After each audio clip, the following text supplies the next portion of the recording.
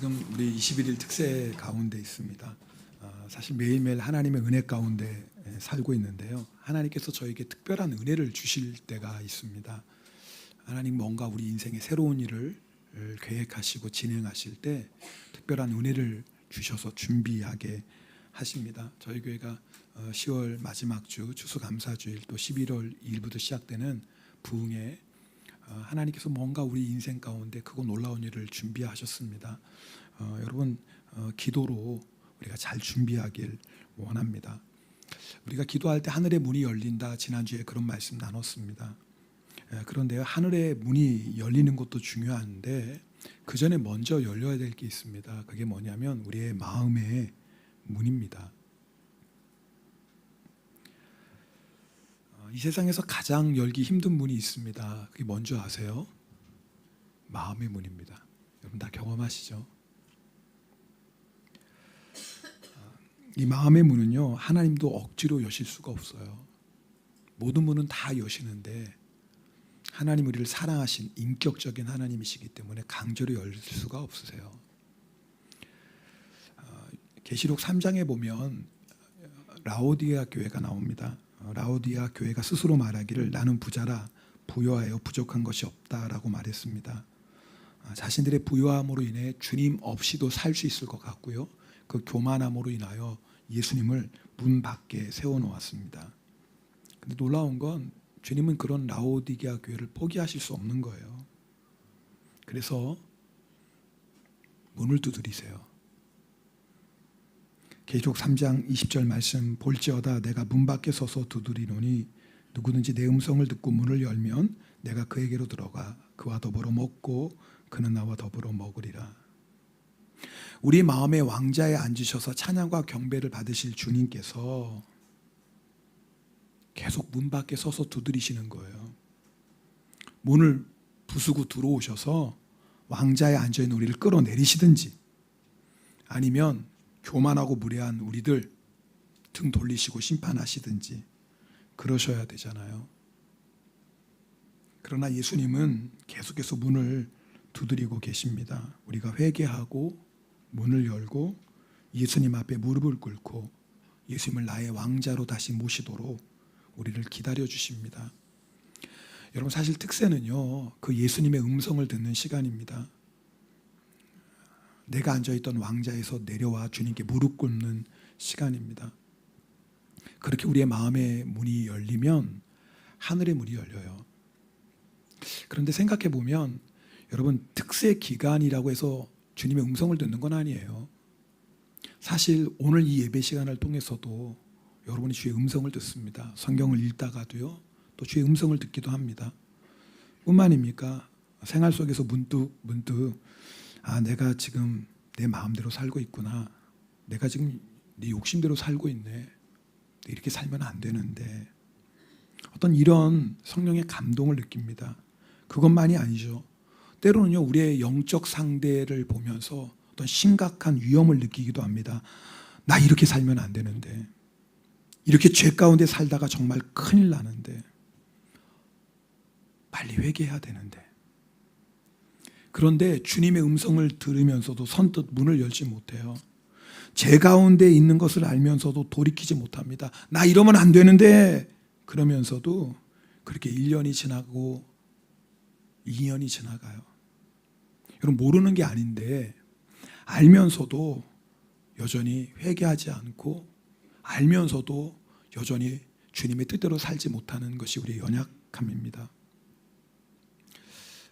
10월 2일 유기성 목사님 컬럼 여러분하고 좀 나누려고 합니다. 제목이 뭐냐면 안다고 그대로 사는 것이 아니다. 미국에 사는 친구가 캘리포니아에서 40년 이상을 살았는데 제 친구 아니에요. 유기성 목사님 친구입니다. 올해처럼 무더웠던 기억이 없을 정도였답니다. 그런데 경험상 이런 이상 기온 후에는 반드시 지진이 왔음이 생각났습니다. 그래서 아내와 그 이야기를 하며 집안에 지진이 나면 위험한 곳이나 물건들은 없는지 살펴보아야 하겠다는 말을 나누었습니다. 그런데 며칠 후 아침 아직 침대에 누워있는데 집이 심하게 흔들렸습니다. 약 30마일 떨어진 롱비치에서 진도 4.7의 지진이 발생한 것입니다. 그로 인하여 큰 충격을 받았답니다. 지진이 일어날 것이라는 예측이 정확하게 맞은 것 때문이 아니었습니다. 지진이 온다고 느꼈고 지진의 위험한 곳을 살피기로 했으면서도 실제로는 아무것도 한 것이 없었다는 것이 충격이었습니다. 집안에 고정하지 못하고 있는 키 큰 괴종시계가 있었답니다. 지진이 올 줄 알았다면 당연히 조치를 했어야 했던 가구였습니다. 그런데 알면서도 대비하지 않았던 것입니다. 그로 인하여 낙심한 정도가 아니라 부끄러운 마음마저 들었다고 합니다. 우리는 자신이 아는 대로 사는 줄 알지만 실제로는 아는 것과 사는 것이 너무나 다릅니다. 그 친구는 얼마 전 은퇴를 하였는데 은퇴하기 오래전부터 은퇴 준비를 잘해야 한다는 생각을 했었답니다. 그런데 은퇴 후 생각해 보니 자신이 제대로 은퇴 준비를 하지 않은 채 은퇴하였음을 깨닫게 된다고 합니다. 그러면서 죽음에 대한 이야기를 하였습니다. 누구나 자신이 죽을 것이라는 사실을 잘 압니다. 그보다 확실하고 중요한 일은 없을 것입니다. 그러나 정말 죽음 이후를 준비하는 사람은 거의 없다는 것입니다. 그 친구는 글 마지막에 이렇게 썼습니다. 뻔히 알고 있으면서도 지진조차 준비하지 않은 어리석음으로 죽음 앞에서 살고 있지는 않은가. 꾸벅꾸벅 졸고 있는 나를 지진으로 깨워준 하나님께 감사하다. 저는요, 꾸벅꾸벅 졸고 있는 우리의 영을 깨워주는 게 특세라고 생각합니다. 알고 있거든요. 알고 있는데 그렇게 못 살아요.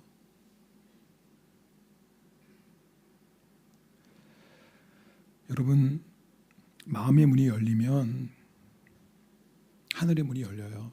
어쩌면 이 예배 시간에도 이미 하늘의 문이 열렸습니다. 그래서 여러분을 은혜 주시려고 불러주셨죠. 그러나 오늘 예배를 드려도 여러분의 마음의 문이 닫혀 있으면 하나님 주신 은혜를 받을 수가 없어요. 근데 그 마음을 누가 열어줍니까? 그래서 기도하는 거예요. 주님, 제 마음이지만 제 마음이 제 마음대로 안 됩니다. 제 마음인데 제 마음대로 안 되는데 주님 불쌍히 여겨주시고 내 마음을 열어주십시오. 기도해야 돼요. 오늘 여러분 그렇게 기도하는 마음으로 예배드릴 수 있기를 바랍니다. 그래서 정말 마음의 문이 활짝 열려서 오늘 예배를 통해서 주신 하나님의 은혜를 받으시면 좋겠어요. 여러분, 오늘은 요셉과 형들의 이야기입니다. 오늘 이 이야기가 참 중요한 이유가 있습니다. 창세기 50장은 여러분 크게 세 부분인데요. 하나는 14절까지 야곱의 장래에 대한 이야기입니다. 그런데 사실 이 부분은 49장과 이어지기 때문에요. 실제로 창세기 50장, 창세기를 마무리하고 출애굽을 시작하는 아주 중요한, 여러분 이 창세기 50장의 내용이 두 가지입니다. 하나는 뭐냐면 요셉과 형제들의 하나됨이고요. 또 하나는 요셉이 죽으며 이스라엘 자손에게 맹세시킵니다. 반드시 너희가 애굽을 떠나 가나안 땅으로 가게 될 거다. 그때 내 시체를 메고 가나안 땅으로 가라. 그래서 창세기 50장은 뭐로 끝나냐면 비전으로 끝나요. 가나안 땅을 향한 비전으로 끝나거든요. 근데 그 전에 어떤 내용이 있냐면 요셉과 형제들의 하나됨을 다루고 있습니다. 이게 왜 중요한 줄 아세요? 하나가 되어야 가나안 땅을 향해 나아갈 수 있다라는 거예요. 여러분, 하늘의 문이 열려야 되는데 그 전에 먼저 마음의 문이 열려야 된다고 그랬죠? 근데 마음의 문이 열리기 위해서 가장 중요한 게 있습니다. 그게 뭐냐면 하나됨을 회복하는 거예요. 우리 안에 깨어진 관계가 우리의 마음의 문을 닫습니다. 쉬운 말로 하면 내 안에 미워하는 사람, 용서하지 못하는 사람이 있으면 그 마음은 닫혀있는 마음이다, 그 말이에요. 여러분, 오늘 창세기 50장 말씀을 통해서 이 마음을 해결하셔야 돼요. 여러분 안에 깨어진 관계, 아직 내가 용서하지 못하는 사람이 있다면 여러분의 마음은 닫혀있는 거예요. 여러분, 그 마음의 문이 열리지 않으면 하늘의 문이 열릴 수 없다고요. 그런데 오늘 창세기 50장이 그 얘기예요. 요셉과 형제들의 관계가 회복되는 이야기다, 그 말이에요. 그래서 참 중요합니다.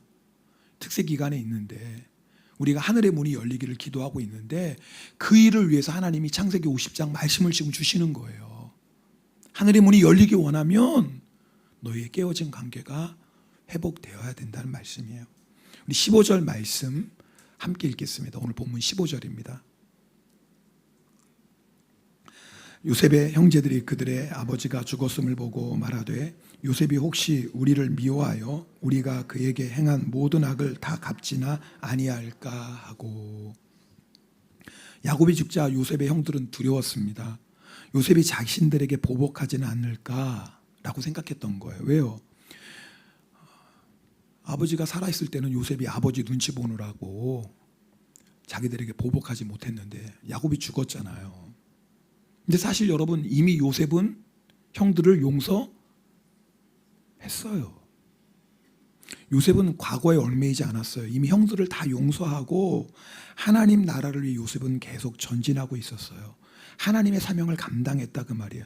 만약에 요셉이 형들을 용서하지 못했다면 요셉은 여전히 과거에 얽매여 있고, 과거에 얽매여 있다면 하나님께서 요셉을 통해 이루고자 하시는 새로운 역사로 나아갈 수가 없어요. 쉬운 말로 형들 용서하지 않았으면 총리가 됐겠습니까? 화병으로 죽었지. 안 그러겠어요? 어떻게 살아요? 그런 일을 당하고 사람이. 요셉은 용서했다고요. 과거에 얽매이지 않았어요. 그래서 하나님이 예비하신 새로운 날을 향해 계속 전진하고 있는 거예요. 그래서 요셉은 하나님은 요셉을 통해 마음껏 일하고 계시는 거예요. 근데 문제는 뭐냐면 요셉의 형들은 여전히 요셉의 용서를 믿지 못했어요. 그래서 17년 동안 야곱과 그의 가족들이 애굽에 내려와서 야곱이 17년 살았거든요. 17년 동안이나 요셉의 형들은 두려움 가운데 있는 거예요. 아버지가 돌아가시면 큰일 나지. 무슨 말이냐면 17년이라는 시간이 흘러갔지만 요셉의 형들은 여전히 17년 과거의 일에 얽매여 있는 거예요. 묶여 있는 거예요. 앞으로 전진하지 못하고 있는 거예요. 지난번 창세기 말씀 나눌 때 야곱과 야곱의 다음 세대가 아주 중요한 차이점이 있다는 말씀 드렸어요. 물론 기억하지 못하시겠지만 하나님이 야곱까지는 한 사람을 택해서 역사하세요. 아브라함을 택하시고 이삭을 택하시고 야곱을 통해서 하나님의 구원의 역사를 이루어 가세요. 근데 야곱의 그 다음 세대부터는 한 사람이 아니에요. 한 민족을 택하세요. 그 민족이 어떤 민족이에요? 이스라엘이에요. 하나님은 이스라엘이란 민족을 통해서 이제부터 하나님의 구원의 역사를 이루어 가세요. 근데 중요한 건 이스라엘 민족을 이룬 12지파의 조상이 누구예요? 야곱의 12아들이에요. 그러니까 요셉 혼자 형들을 용서하고 요셉 혼자 하나님의 나라를 위해 전진할 수 없는 거예요. 왜요? 이제는 이스라엘 민족을 통해서 하나님이 역사하시기 때문에 그래요. 그러니까 요셉 혼자 깨어진 관계에서 회복되는 게 중요한 게 아니에요. 요셉의 형들도 요셉과 함께 깨어진 관계가 회복되어야지 함께 하나님의 새로운 역사, 가나안 땅을 향해 나아갈 수 있다 그 말이에요. 여러분, 많은 성도들이 과거에 얽매여 있어요. 깨어진 관계를 방치해서 하나님이 새로운 역사를 준비하고 계시는데 그 역사를 향해 전진하지 못하고 있다 그 말이에요.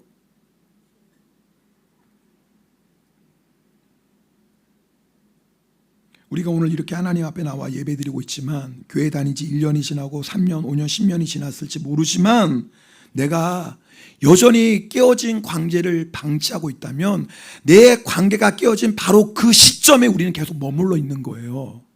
제자리 걸음하고 있다 그 말이에요.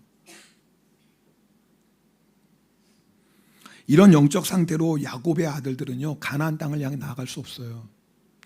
여러분, 애굽을 나와서 가나안 땅으로 향하는 건 요셉 혼자가 아니라고요. 출애굽에서 가나안 땅을 향해 전진할 민족은 이스라엘 민족이에요. 그러면 어떻게 해야 돼요? 하나님께서 이스라엘을 통해서 역사하실 수 있도록 하나됨이 회복돼야 돼요. 그래서 오늘 창세기 50장이 너무 중요한 거예요.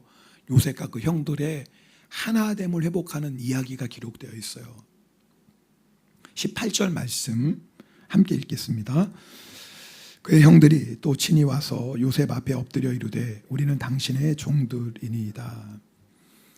17절을 보면 요셉이 사람을 보내서 요셉의 형들이 요셉에게 사람을 보내서 용서를 구하는 내용이 나옵니다. 그리고 이제는 요셉의 형들이 직접 요셉을 찾아가서 용서를 구하는 내용이에요. 여기 중요한 것은 요셉의 형들이 깨어진 관계를 방치하지 않았다 그 말이에요. 요셉을 찾아가서 용서를 구해요. 여러분, 관계가 깨어져서 그 관계를 회복하려면 반드시 두 가지가 필요해요. 뭐냐면 용서를 구하는 것과 용서하는 것, 이것이 필요해요. 마태복음 5장 23절 24절에 보면 예수님께서 이렇게 말씀하십니다. 그러므로 예물을 제단에 드리다가 거기서 내 형제에게 원망 들을 만한 일이 있는 것이 생각나거든 예물을 제단 앞에 두고 먼저 가서 형제와 화목하고 그 후에 와서 예물을 드리라. 뭐예요? 예배 드리기 전에 네가 형제에게 원망 들을 만한 일이 생각나거든. 뭐예요? 예물 놔두고 관계를 회복하라 그 말이에요. 자, 오늘 예배 드리는데 얼마나 하나님이 예배를 기뻐하세요. 또 이 예배를 통해 하나님이 하늘의 문을 열어주시잖아요. 그런데 하나님이 받으실 수 없는 예배가 있다는 거예요. 다른 말로 하면 하나님이 아무리 하늘의 문을 열어주셔도 하나님이 주시는 그 은혜와 축복을 받을 수 없는 닫혀진 마음이 있다 그 말이에요. 그게 뭐냐면 깨어진 관계라는 거예요. 그거 해결하시라 그 말이에요. 사실 요셉과 형들의 관계처럼 일방적인 그렇게 깨어진 관계는 없을 거예요. 무슨 말이냐면 요셉의 형들이 요셉을 죽이려고 했잖아요. 그리고 결국 요셉을 종으로 팝니다. 요셉은 정말 일방적으로 여러분 상처를 받고, 사실 우리 안에 있는 관계가 이렇게 일방적인 관계는 별로 없다고 생각해요. 무슨 말이냐, 한 사람이 절대적으로 잘못했고 한 사람이 절대적으로 피해자라고 생각하지 말라 그 말이에요. 누가 더 잘못할 수 있고 누가 더 피해를 볼 수 있지만 사실은요, 우리 모두에게 깨어진 관계의 잘못이 우리에게 다 있다 그 말이에요. 근데 문제는 뭐예요? 내가 더 큰 상처를 받았다고 생각하는 거예요. 나도 나쁘긴 나빠. 근데 사실 말은 그렇게 하지만 자기는 나쁘다고 생각하지는 않습니다. 말은 그렇게 하지만 누가 나빠요? 당신이 더 나빠. 그러니까 어떤 마음이 있어요? 손을 내밀어도 누가 손을 내밀어야 돼요? 네가 내밀어야지. 네가 내밀어야지. 내가 왜 내밀어? 네가 잘못했잖아. 난 피해자라고. 나 잘못한 게 있지. 근데 네가 훨씬 더 잘못했잖아. 그러니까 네가 찾아와 손을 내밀어야지. 내가 손 내밀어도 용서할까 말까 하는데 내가 먼저 손을 내밀어? 있을 수 없지. 여러분, 우리가 깨어진 관계가 회복되지 않은 결정적인 이유가 여기에 있어요.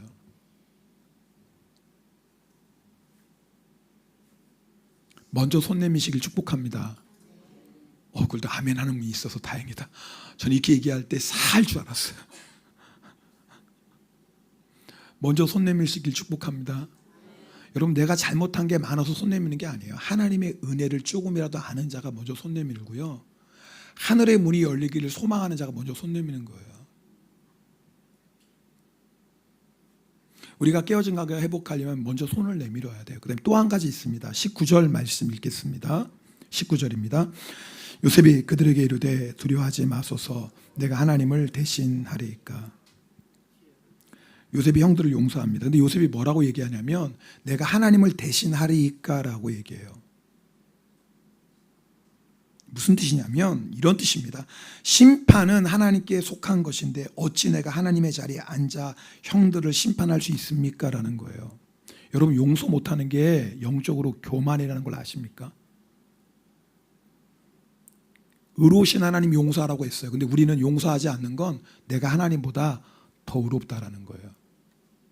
하나님 어떻게 그 사람을 용서합니까? 내가 어떤 상처, 어떤 아픔이 있는데 하나님 모르세요? 모르셔서 우리에게 용서라고 말씀하세요? 아니에요. 그분은 완전하신 분이에요. 할렐루야. 그 완전하신 하나님께 용서하라고 하면 우리는 뭐 해야 돼요? 아멘 하고 순종하는 거예요.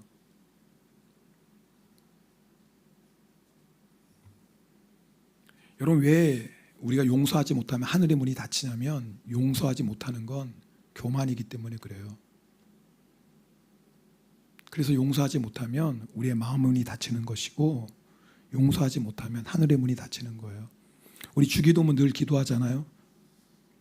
주기도문 가운데 우리가 우리에게 죄 지은 자를 사하여 준 것 같이 우리 죄를 사하여 주시옵고. 여러분, 하나님이 우리 죄를 용서해 주시는 게 먼저예요? 아니면 우리가 형제의 죄를 용서해 주는 게 먼저예요? 뭐가 먼저예요? 하나님. 질문을 잘 이해를 못 하셨구나. 제가 주기도문, 우리가 우리에게 죄 지은 자를 용서해 준 것 같이 우리 죄를 용서해 주세요.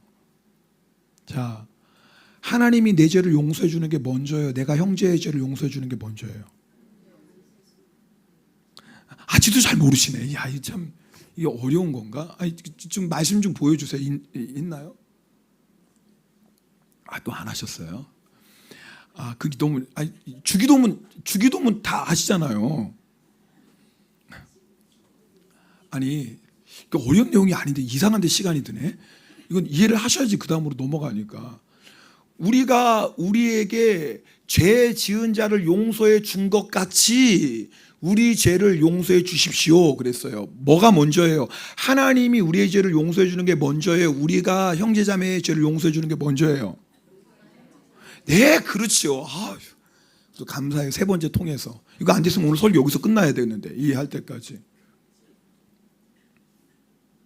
정확해요. 우리가 형제의 죄를 용서해 주는 게 먼저예요. 왜요? 물론 전제가 있죠. 우리가 십자가의 용서의 은혜를 받았다는 전제가 있는 거죠. 그죠? 우리가 십자가의 놀라운 용서를 받았어요. 이게 전제예요. 내가 이런 놀라운 용서를 받았잖아. 받았는데 이 놀라운 십자가의 용서, 나 같은 죄인을 주님이 십자가의 보혈로 용서해 줬는데 이 놀라운 용서를 받은 네가 다른 사람을 용서 못하니? 그럼 나도 용서 못한다라는 뜻이에요. 다른 말로 하면 하나님이 아무리 용서의 은혜를 내려주셔도 오해하지 마세요. 하나님이 아무리 용서의 은혜를 내려주셔도 내가 형제를 용서하지 못하면 내 마음의 문이 닫혀 있는 거예요. 내 마음의 문이 닫혀 있기 때문에 하나님의 용서의 은혜를 받지 못해요.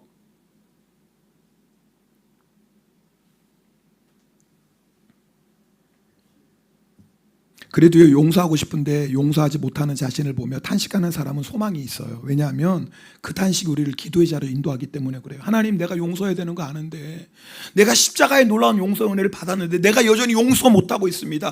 하나님, 저 어떡합니까? 저 큰일 났습니다. 저 큰일 났습니다. 하나님. 그런데 제 마음이 용서가 안 되는 거 어떻게 해요? 하나님, 어떻게 제 마음 좀 만져주세요. 이런 사람은 소망이 있다니까요. 왜요? 반드시 주님께서 그 상한 마음을 만지시고 고치시고 용서하게 하세요.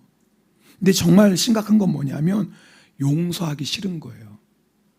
용서하라는 말씀 앞에 상처는 내가 받았는데 왜 내가 용서해야 됩니까? 라고 주님을 거역하는 거예요. 물론 받은 상처가 많아서 그렇겠죠. 주님이 위로하시는 거예요. 너를 사랑해서 용서하라고 하는 거야. 용서해야 네가 살아. 용서해야 너 화병 안 걸린다. 용서해야 네가 우울증 안 걸린다. 용서해야 네 뼈가 안 녹아. 그런 얘기예요. 너 살리려고 하는 거야. 용서해야 하늘의 문이 열려. 용서해야 너를 위해 예비하신 은혜와 축복 받을 수 있어. 용서해야 너를 향한 새로운 역사가 시작돼. 근데 여러분, 마음이 상한 사람에게 주님의 이 음성이 위로가 되나요? 어떨 것 같아요? 위로가 될까요? 아멘이 될까요? 안 돼요. 이게 문제인 거예요. 여러분, 이렇게 주님이 말씀하시면 아멘이 되는 게 아니라 마음에 반발심이 일어나요. 어떤 반발심이냐면, 주님, 저 하늘의 문 열리는 거 필요 없어요. 은혜와 축복 안 받아도 돼요. 내 인생의 새로운 역사 저 필요 없어요. 그 사람 용서하느니 차라리 죽겠어요. 어떤 분 그러더라고요. 그 사람 용서하니 지옥 가겠다고. 여러분, 사람의 마음이 완악해지면 이렇게 무서워요. 이렇게 무서워져요. 여러분, 왜 우리가 특세하는 줄 아세요? 이 완악해진 마음은 우리 힘으로 해결할 수가 없어요. 이 마음은 주님만이 하십니다. 이 굳어진 마음을 기경해야 되거든요. 그 시간이 기도하는 시간이에요. 제가요, 오늘 말씀을 준비할 때 제 마음이 어떤 마음이냐면 골리앗 앞에 서는 마음이었어요. 왜냐면 오늘 분명히 여러분 이 설교 들으면서 목사님은 제가 당한 아픔과 상처를 모르니까 그런 말씀 하시죠. 은혜가 되는 게 아니라 반발심이 일어난다고요. 아마 여러분 중에 그런 분이 있을지도 몰라요. 그래서 제가 설교를 준비할 때 골리앗 앞에 서 있는 마음이었다고요. 근데 제 마음이 둘 중에 하나거든요. 이스라엘 백성들처럼 골리앗만 볼 것인가, 아니면 골리앗보다 크신 하나님을 볼 것인가. 여러분, 우리가 받은 상처 있죠, 아픔 있죠. 여러분, 근데 그것을 우리가 주님 앞에 내려놓지 않으면 그것이 견고한 여리고성이 돼요. 견고한 여리고성이. 아십니까? 얼마나 많은 성도들이 미움이라는 견고한 여리고성에 갇혀 있는지 몰라요. 근데 그 견고한 여리고성에 한 번 온다고 무너져요? 한 번 온다고 무너지나요? 안 무너져요. 일주일 동안 계속 도는 거예요. 마지막 7번째 날은 뭐예요? 7번 돌아야 돼요. 무슨 말이에요? 한 번에 무너지지가 않아요. 그 견고한 진이. 그래서 여러분, 우리가 특세로 모이는 거예요. 이 시간 이미 하나님은 하늘의 문을 열어주셨는데 우리가 상한 마음으로, 깨어진 관계로 마음의 문이 꽉 닫혀 있다고요. 이게 한 번, 두 번으로 무너지나요? 워낙 견고한 진인데 계속 도는 거예요. 주님 앞에 나와서 기도에 무릎 꿇고 계속해서 주님, 저 어떡합니까? 제 마음 좀 만져주십시오. 주님, 저 어떡합니까? 이러다 저 죽겠습니다. 큰일 났습니다. 저 이러다 미움에 놓여야 될 텐데 주님, 저 어떡합니까? 저 좀 살려주십시오. 여러분, 그런 마음으로 계속 새벽에 오셔야 돼요.